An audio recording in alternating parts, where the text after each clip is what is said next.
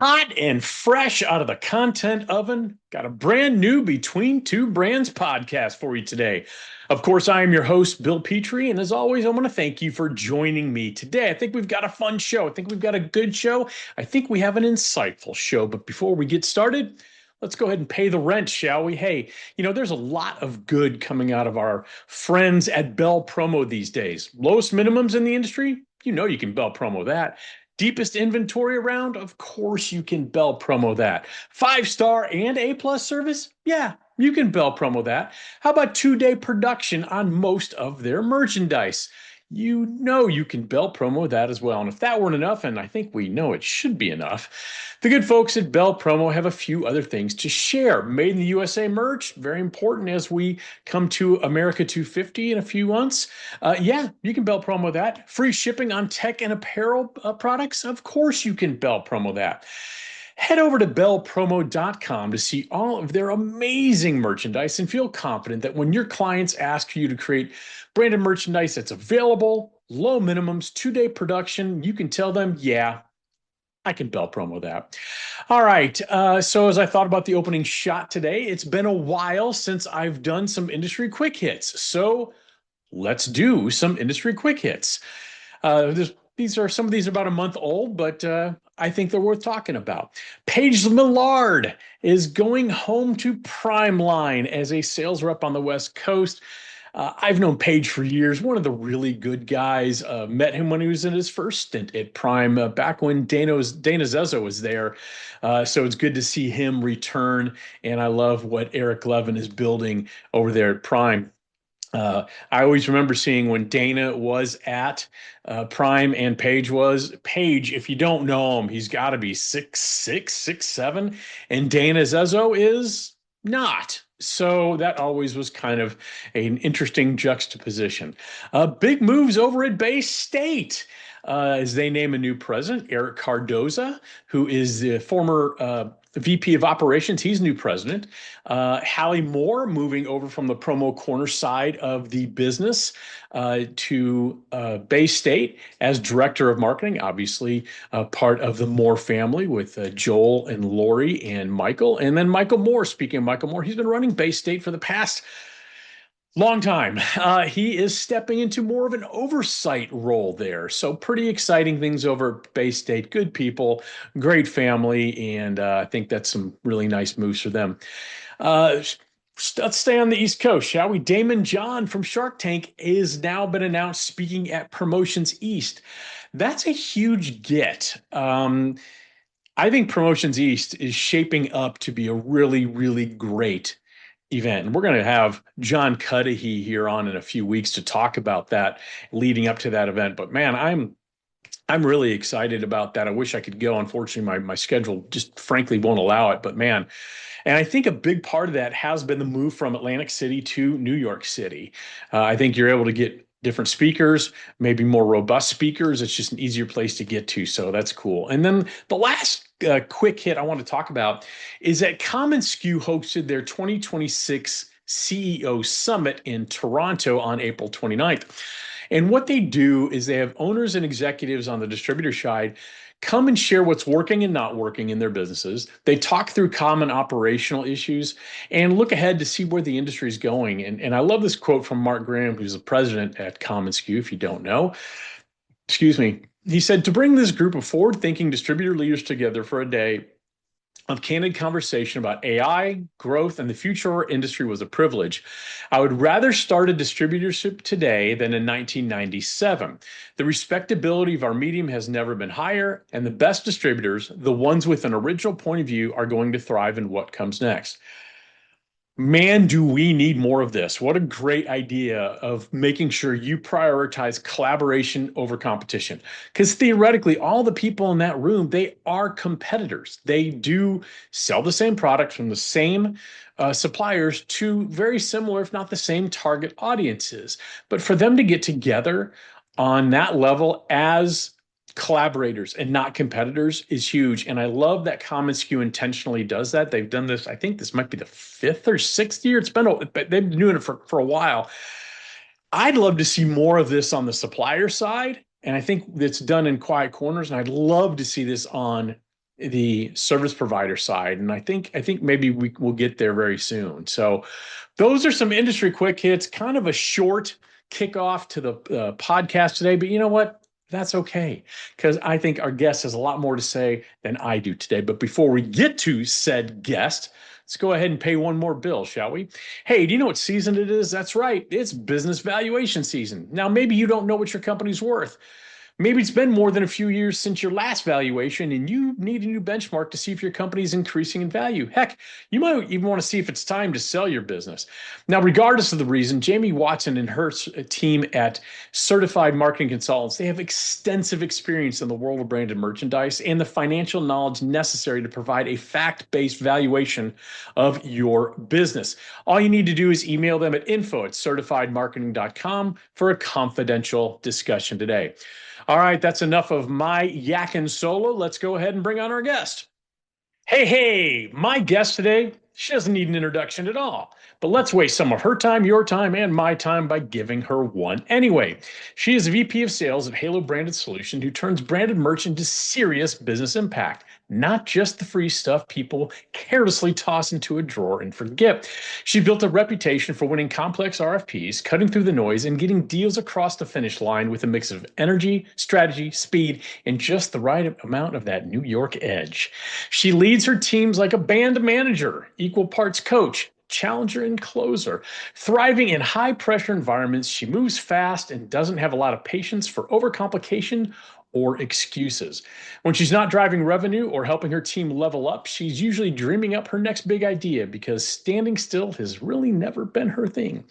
Please join me all the way from the town so nice they named it twice, New York, New York, the one and only Rachel Levin. Rachel, thank you so much for joining me today.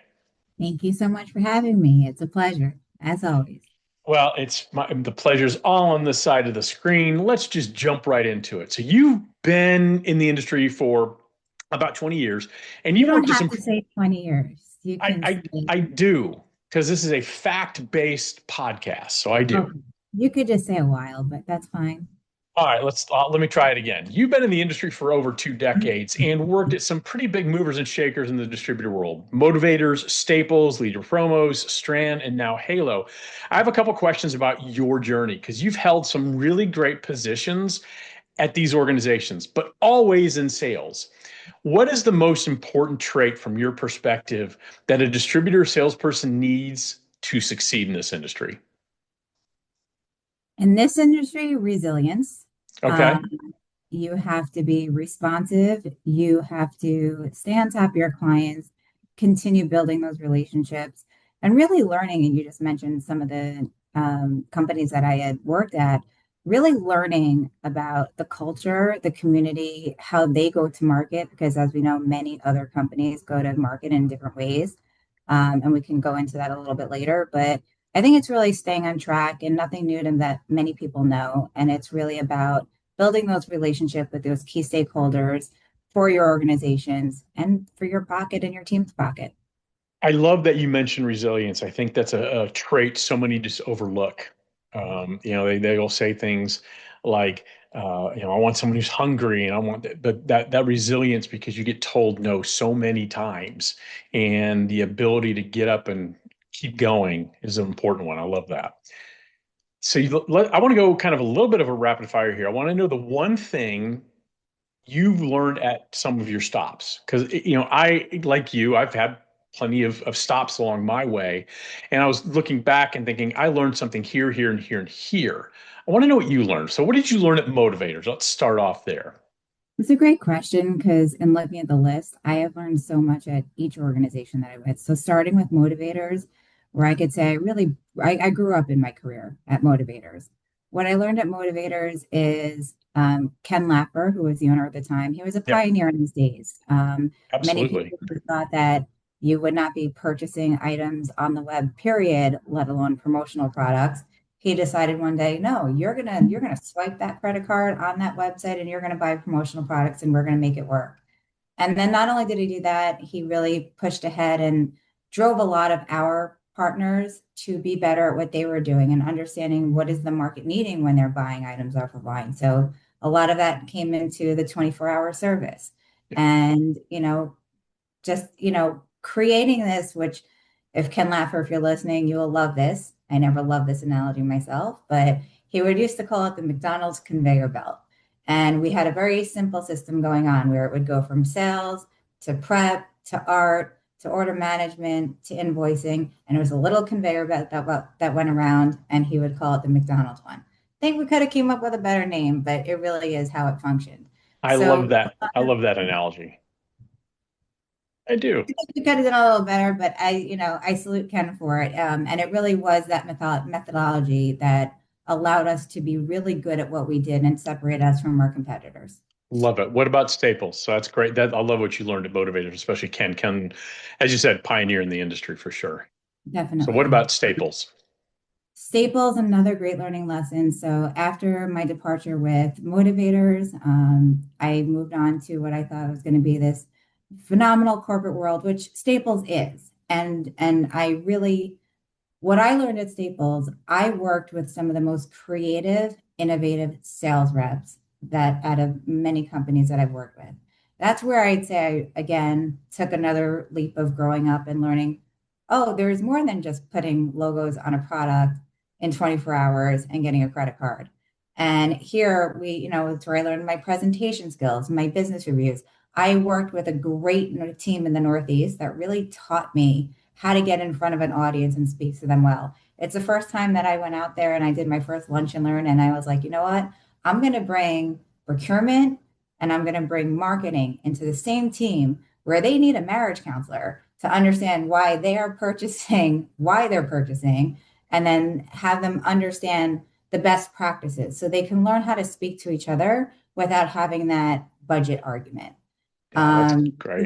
that's a really one of my biggest positive takeaways, let alone more importantly, working with, like I said, I will never take for granted a lot of the learnings that I got just from my peers and watching Sure. them sell and go to market at Staples. Fantastic. What about leader promos? Leader Promos was a great run. Stephanie Leader, she too is a pioneer when it comes Hmm. to a women-owned For business. sure. I learned quite a bit being a wee bank. The advantages, the hardships, the challenges, the the it was an amazing thing to be a part of. We did pitches to large organizations. We had that advantage. I hate to use it that way, but it is true. And there aren't enough women-owned factories that you can go to. And it's it was a great topic then. It was a very important topic then, as it is even more so today. Yeah. Stephanie Leader did a great job, 25, sorry, Stephanie, if I'm getting it wrong, I think it's a little over 25 years ago, almost 30 now. She did a great job then. She's continuously growing. And, it's not just the We Bank status, but she held a pretty good culture there as well. That's fantastic. There was a time I worked for a fully woman and minority owned distributor here in Nashville. Actually, they were at the time the fifth largest office products company in the United States, and they hired me to open up and build promotional products division for them around 2011. And because they were fully women and minority owned, I would go to NMSDC, which is a National Minority Supplier Development Council event, but also WeBank. And knowing, that is a tough, that's a tough road to break through. And you're right, there's not enough women owners. And I think one of the things I always was frustrated by, we really had a woman owner who was very active and very, very much hands-on. But there were so many companies that were WeBank certified that were women owned in name only, just on a piece of paper, just to get entree, gain entree into that event. So I love what Stephanie's done there. All right, Strawn. So Strawn, another great learning lesson. Andy Shape, Andrew Stromberg, Randy, working with the three of them, I was so impressed in walking into their organization because they were not delegators, they were sellers. I watched them, create artwork, sell, manage, do all the above. The most impressive thing they did, and people wondered, well, why would you go public? Well, why not? Why would you keep Yeah, investing your own money when you can go out public and really gain a lot more traction? And it was one of the hardest moves that anyone made. And to watch everything, step by step. And I was grateful to be in the sidelines watching how Andrew, Andy, and Randy were going about everything. it was really impressive and really celebratory the day that they signed the deal and went public. Love it. Um, they were very, they have a diverse portfolio. They had great connections. This allowed them to soar. Love it. Love it. All right. And now you're currently at Halo Branded Solutions, kind of my old stomping grounds. We'll get to that a little bit later. But what have you learned so far at Halo? You've been there a couple of years. So, what have I learned here? Halo is a very, well, as you know, it's built on mergers and acquisitions. What? Um, Hold on. Hold on. Yeah, What? I know. Hence is why I wound up here. I said I might as well start where I'm going to end because they're going to buy me eventually. But all jokes aside, I've always been a great fan of Mark Simon. I think he did wonders for not just Halo, but for the industry as a whole. And, the individuals that were working there that I knew at the time, having those conversations, I was not looking. I always call these the accidental interviews, and everything that happens during January, during trading season, I call Right. it, is what happened. And I was lucky enough to meet a woman called, her name is Joan Landorf, and it was timing is everything. And she was retiring and was looking for someone to take over her book of business, specifically selling into the beauty and personal health care. Hmm. So I wound up there by accident, but it was a very happy accident. Love it. And what I see coming forth, as you know, many of us may or may not know, we have a new CEO. His Hmm. name is Jim Hilt. Oh, we're going to get to that. Don't you worry. We're going to get to that. All right, I want to jump the gun. So my learnings at Halo right now, I still work with some of the greatest minds when it comes to creativity. Not just creativity in the sense of, design work. I'm talking about creative solutions. We're really constantly spinning our wheels as a leadership team, understanding how are we coming up with those creative solutions that are separating ourselves from the competition, but also making sure that the client is taking advantage of these creative solutions that will only allow them to enhance their brand and stand out. Their competitors are coming to us. There's no reason they should be coming to us. Yeah. Love it. So you almost kind of put a playbook, a blueprint of career growth, and all you've taken something from everywhere you've been and really applying it to where you are now, which I think what most of us hopefully ideally do. Love that answer. All right. Let's talk regional associations. You've been on the SAGME board, which is Specialty Advertising Association of Greater New York, on and off for about 15 years. Why is regional board service so important to you, and how has it helped you in your career? It's so important to me is because this industry has given me so much in my career. And I can't see myself of doing anything any other way than to give back. And also to bring people into the fold that want to make these regional associations better, want to make them understand, and the one percenters versus the 99 percenters, bringing everybody together so they can learn from each other so we can all be better. There's so much business to go around that I would love to just be able to sit there. If I can help one person, that's why I did it. And it's probably one of the greatest things that I have done in my career was to be on the board and to be able to serve and give back to the association that has done so much for me. Yeah, I would give the same answer. I mean, I've been on and off my regional board probably since 2010 and served leadership positions on PPAI committees and currently on the government relations. Same reason. This industry has been such a godsend for me in terms of me finding what I hopefully was meant to do. It would be selfish of me not to give back. And you're right. This is one of those industries I can't picture myself ever being out of. I make the joke probably every other week on this very podcast. It's like Hotel California. You can check out, but you really can't leave. Let's talk mentorship, Rachel. Now, you and I have talked about that offline a number of times about mentors. If you've had mentors, I've had mentors, and so on and so forth. Why is it important for people to seek out mentors? One, you don't know it all. And for you, you'd be foolish to think that you do. One, it's a great pickup line too, if you just want to meet someone and say, "Hey, will you be my mentor?" Joking aside.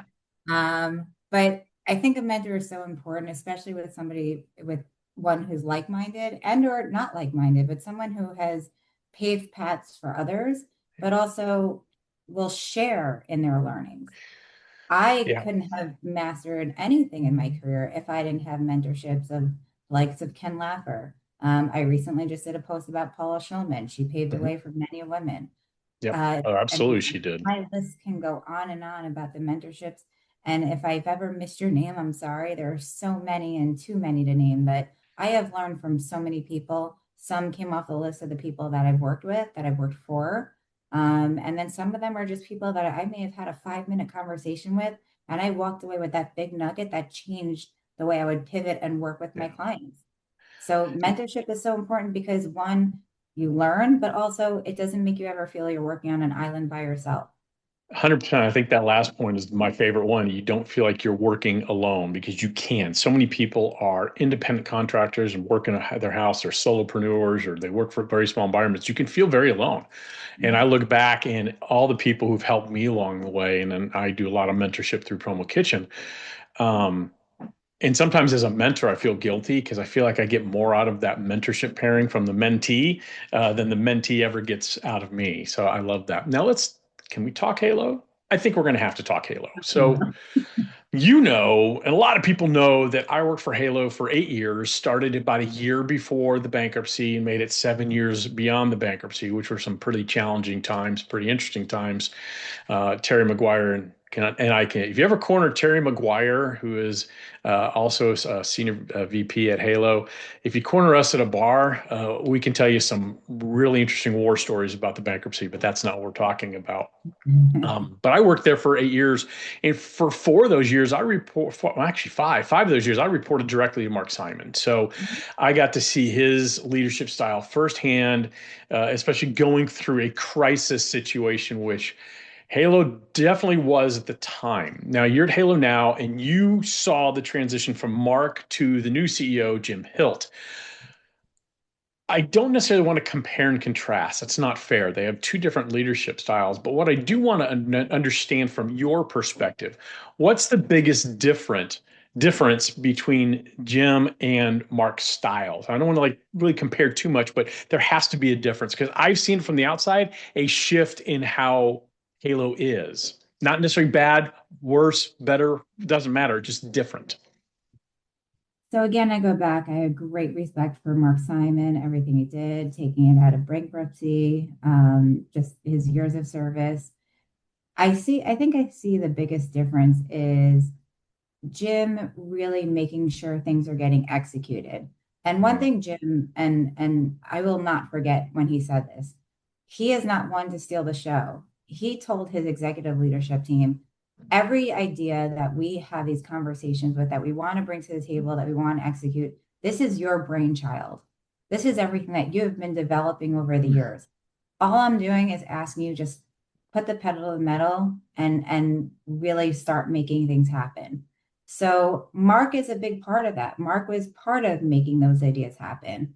And now Jim is here to execute those and hold people to the fire. Jim, you heard me mention before about creativity, he looks at creativity a different way. His background says it all. Being the CEO at Shutterfly, I Mhm. mean, sounds like a really fun, cool job. And no, he wasn't just sitting there taking pictures of himself.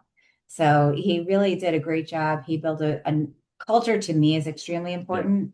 And if Jim is doing anything, he's changing the culture. Mark did a great job of that. That was something very important to me when I moved to Halo. I was very frightened to going back to a large company and not having that culture. Sure. Um, Jim is even taking it to another level. I love And that. we have our national sales meeting that's coming up. I can't wait to see the experiences that he's going to put on the table for us. He's an innovator. He is creative, not to overuse the word. He's genuine and he's very, very transparent. Yeah. And when it comes down to disseminating communication, we know in large companies that can be really hard. He Mhm. really wants the entire company to know what's going on, why these transitions are happening. So it makes sense to all because we always want to know the what behind the why, and it Yeah. makes us do better. Love it. Yeah, that's how it's appeared for me. Just the different leadership styles. Like I said, working directly for Mark for 5 years, and then a layer under that for 3 years before I was invited to pursue career excellence elsewhere um, by Halo. Uh, Mark was an accountant and a lawyer in every sense of both terms. Mhm. So and that was what was needed, that halo at the time. And so it Right. seems like Jim has really fit in well. And maybe he'll listen to this and maybe he'll come on the podcast. Maybe. All right, Rachel, let's talk about something you emailed me about. Really, the reason you're here is the I emailed psychology of you. branded merchandise. And this is all credit to Rachel for this. She wanted to talk about, the psychology, like I just said, if I can be the redundant man of redundancy, the psychology of branded merchandise. So, a couple questions. Let's talk about this. Why do you think people keep certain products but throw away others? I think some of them are just more relevant. They're more, I shouldn't say some keep some over others. Maybe it's the messaging, maybe it's a logo that doesn't mean anything to them. Mhm. Maybe it's a little trinket that they don't know exactly what it is because it's a tie or whatever it might be. I think most of all, I think the biggest one is messaging rather than logos. So, So, yeah, okay, I'm gonna tell you my perspective on this. okay, So, some of it comes down to the sheer functionality of the product. Is it something I will use? Is it something I want? I mean, there are certain things I just won't use, and that's neither here nor there. That's just an individual choice. But I think if assuming it's something I would use, I had a very simple rule as a distributor. If you're using it internally, if it's an internal promotion, loud and proud, baby. That it's all about the decoration, in my opinion. If you're using it internally, loud decoration is totally cool. If you're using it externally, I want tone on tone. I want it subtle. I want it almost hidden because I cannot tell you how many times I know people want the product, they like the product, but they just like, I have no really affiliation with this company. right. So I think that's one of the reasons that I don't think distributor salespeople factor in enough when they're selling product. They're not thinking about who's actually the ultimate end user and are they going to want a giant logo of your local bank on there or whatever the brand is. Well, I think that also depends on, like you said, is it a bank or is it a really cool liquor company? Well, So, again, if it's a lifestyle brand, that's different, right? If you have, if you have the Jack Daniel's store, and I think it's Summit who has that, yeah, loud and proud all day long, or Coca-Cola or Harley Davidson. But if you've got Main Street Bank in Murfreesboro, Tennessee, I'm not sure people want that loud and proud on their cooler. agreed, 100%. All right. As a salesperson, how do we create an emotional connection with merchandise to drive product retention and make people keep it? How do we create that emotional connection? What's funny, during my lunch and learns, I always use that line. It's not just promotional, it's emotional. How do you create that connection between making it emotional? I think a lot of it has to do with discovery. When I get on the phone with my client or somebody that I work with is getting on the phone with a client, we do a lot of discovery. Who is your audience? What is Yeah. your objective? What do you want them to feel? Yes. And Yes. 1,000 times yes. right. So I mean, it really boils down to is what is the client's objective? And they want them to feel excited. Okay. Are you going to hand them a keychain? Is that Yeah. really exciting? Especially nobody uses keychains anymore, except I do now. I think some Um, people do. well, yeah, well, some of us. Depends. Yeah, I'm just back in an old century where I'm using my keychain again. But, so, or do they want that Bluetooth speaker? Do they want that wireless charger? Are they into tech? I think it really is it's a feeling, it's an emotion. But that emotion also has to tie into the brand. Right. So Agreed.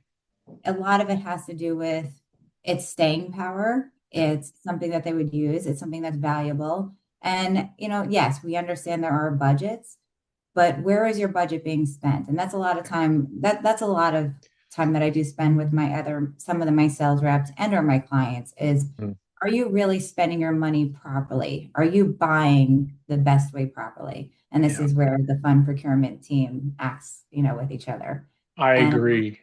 Go ahead. I'm yeah, sorry. no, that's okay. And Uh, you go, you go.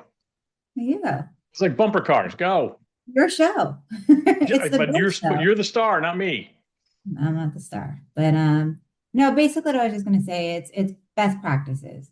So, if it's emotional, you want to tie it into the message that you're sending, but also into a product that's something somebody's going to keep and not just throw away. So that trash it or stash it. Yeah. And we're going to get to that in a second. Okay. I agree. One of the things that I don't remember when I learned it, but I would ask very seriously to anybody when I was carrying a bag and selling it on the distributor side is, what emotion do you want that ultimate recipient to feel when they get the product? And then 6 months down the road, when they pick it up to use it, they stumble across it, whatever it is, what emotion do you want them to feel then too? And I always like to add that little bit of longevity because sometimes those emotions can change over time. Agree 100%. So let me ask you a question. Yes. Out of all the categories that we have in our industry, and I know my answer, but what is one category that you think you may have too much of, maybe not enough, something that you really have a hard time throwing away? Oh, that's easy. Two things. Bluetooth speakers.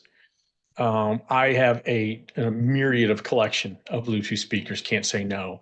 And even worse, I'm looking here on my floor of backpacks. I'm constantly in search for the best backpack. Okay. And then every time you get one, you found the best one, but then another one comes along and it's the best one. Uh, every time I get a new one, that's the best one for now. Yeah. So, Okay. well, I will ask you since you have a myriad of Bluetooth speakers, I'm lacking a little bit. So if you can send one my way, I'd appreciate it. I'm who knows? I may do that. Okay, I appreciate I might. So what makes you decide to keep a piece of merch or toss it? In other words, stash it or trash it? that. I do have my favorite category. Hmm. And shamefully, I will admit, not only do I collect them when I get them from the industry, but I do go and I buy them, and that's drinkware. Okay. I find it's mood dependent. Do Yep. I want a straw that day? Do I want to drink out of the bottle that day? You're drinking from a straw today. Do I want a flexible straw? Do I want a rubber straw? Do I want to use it for coffee? I can't get enough of drinkware. Yeah. So I think my last house was built off of drinkware, I got which that. was That's okay. awesome. Well, hey, thank you. What? I'm sorry. What? Oh, this is a rapid fire for Rachel Levin. Okay, Oh, Rachel, wow. a little bit of a rapid fire, and it's going to be very easy. There are no wrong answers. I'm going to give you a product category in the promotional products industry, and you're just going to tell me you'd either stash it or trash it. Period. Very easy. This is Okay. the easiest one of all. Okay.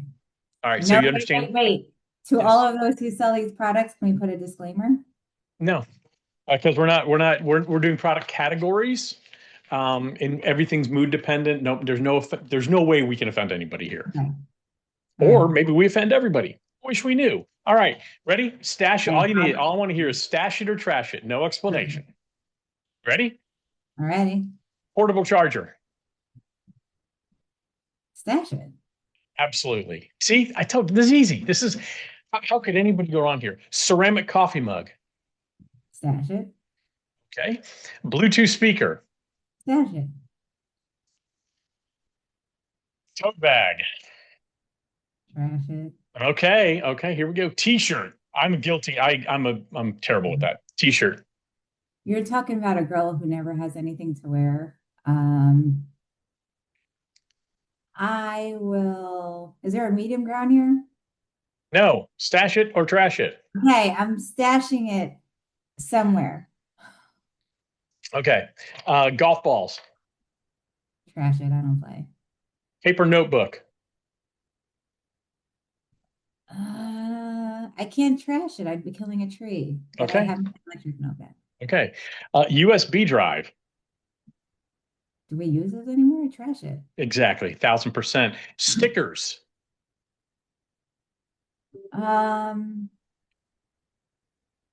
Trash it. Only a few more, and I disagree with stickers. By the way, mouse pads, Hmm. Um, Trash it. backpacks, I'd be in trouble if I didn't say this one, but stash it. lapel pin. I would stash it. Okay. Baseball cap.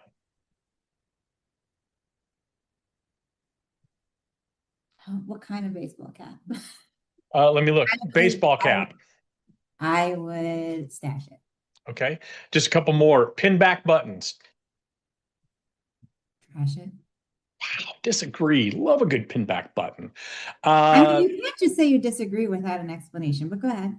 I, Your game. I, I thought it was my show. You told me it was my show, so I disagree with. I was told I was a star, but I I guess disagree. I disagree without explanation. Hand sanitizer. keep it. Stat, stash it. Nope. Trash Germaphobe, it. germaphobe. Sorry. Trash it. Four more. Unisex polo shirt with embroidered decoration on the left chest only. Oh, trash it. Yeah, 1000%.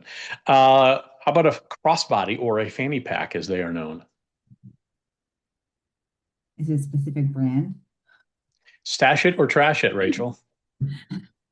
Um, I'm gonna trash it. Okay. Two more. Writing instrument. Oh, stash it. Okay. Last one. Socks. Stash it. Awesome. There you go. See, wasn't that hard? You did great. Rachel, thank you so much for joining me today. Before I let you go, let me thank our great sponsor. Huge thanks to our pals over at Bell Promo for sponsoring this platinum level podcast. When you're looking for the lowest minimums, deepest inventory, 5-star and A+ service, you know you can Bell Promo that. Rachel, I can't thank you enough for taking the time to join me today, and we'll have to do it again sometime. I really appreciate you having me on here. It's always a pleasure seeing you, and thank you so much for everything that you do for the industry.